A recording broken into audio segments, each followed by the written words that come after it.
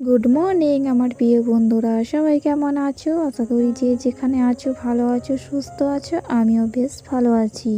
আজকে আবার একটা নতুন ব্লগ নিয়ে হাজির হয়ে গেলাম। আশা করবো আমার আজকের ব্লগটা তোমাদের খুব ভালো লাগবে, তাই ভিডিওটা না টেনে টেনে সম্পূর্ণ দেখার অনুরোধ রইল। আজকের সকালটা দেখো, চা থেকে শুরু করছি, কিছুটা বিস্কিট আর কিছুটা টোস্ট দিয়ে।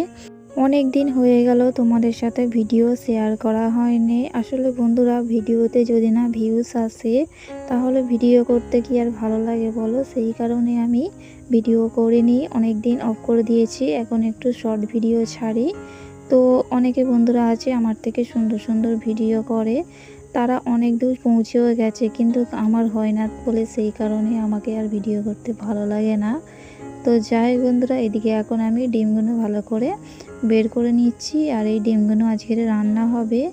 যে সমস্ত বন্ধুরা আমার ভিডিওটা দেখছো, একটা লাইক দিয়ে ভিডিওটা দেখা শুরু করো।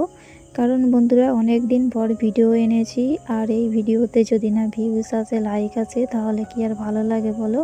সেই কারণে তোমাদের একটু বলে দিচ্ছি, তোমরা সবাই একটা লাইক দিয়ে ভিডিওটা দেখো। তো যাই হোক বন্ধুরা, এখানে ডিমগুলো দেখো কত সুন্দর লাগছে, তাই না বলো? আমার কিন্তু ডিম খেতে অনেক ভালো লাগে। তোমাদের কার কার ডিম খেতে ভালো লাগে আমাকে কমেন্ট করে জানাতে পারো। তো যাই হোক বন্ধুরা, মা বাজারে গিয়েছিল আর মাকে বলেছিলাম বেল আনতে। আর এই বেলগুলো দেখো বন্ধুরা কত সুন্দর। আর এই 3টে বেল নিয়েছে মাত্র 20 টাকা। আমার বেল খেতে ভালো লাগে, সেই কারণে মাকে বলেছিলাম বেল আনতে, মা বেল এনে দিয়েছে। আর কেন জানি না, আমাকে একটু টক টক জিনিসগুলো না খেতে অনেক ভালো লাগে, সেই কারণে। তো যাই হোক বন্ধুরা, বেলগুলো দেখো সবটাই কিন্তু খুব সুন্দর বেল। তো যাই হোক বন্ধুরা, এই বেলটা আমি খাওয়া দাওয়া করে নিয়ে তারপরে একটু আমি আচার করে খাবো। তো যাই হোক বন্ধুরা, এদিকে আমি কপিটাও কেটে দিয়েছি, আর আলুটাও কেটে দিয়েছি। আর এই সমস্ত জিনিসগুলো না কাটতে আমার খুব ভালো লাগে। আর এখন তো আমি মায়ের বাড়িতে আছি, সেই কারণে একটু আনাজটা মাকে করে দিই।